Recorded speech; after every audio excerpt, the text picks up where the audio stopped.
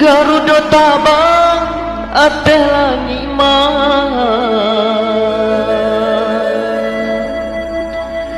turunlah gajah patah gadi, manya selalu kata pian, tampak nandari Bangkahulu.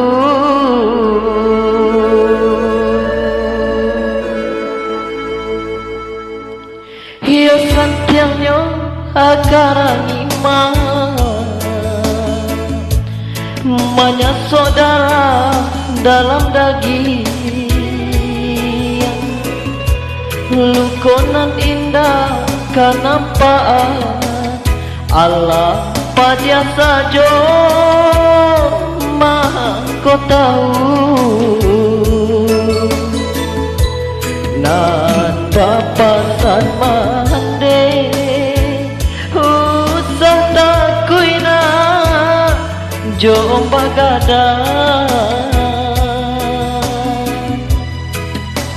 ria nantana oi nakan dua mambau karang biar ko de sambilu jega diubena nanjo pilada kato malere oi nakan dua biso nyotaja.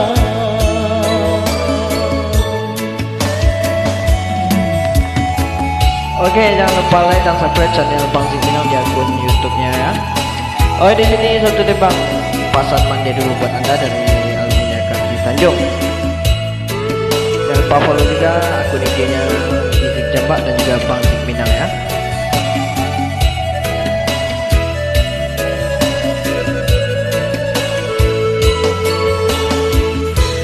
Garuda tabang ateh langima, turunlah gajah patah gadi, manya selalu kata pian, tampanan dari Bangkahulu. Hiasan tiangnya akarangima, manya saudara dalam daging, lukonan indah kanampaan Allah pada saja mah kau tahu,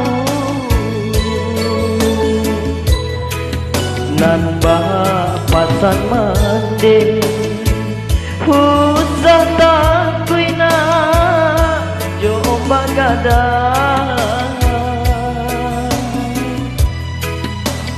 ria nantana oi nakan dua mambau karang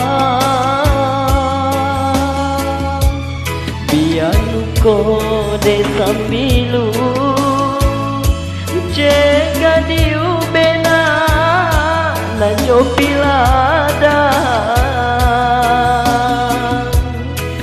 kato malere oi nakan dua biso nyuta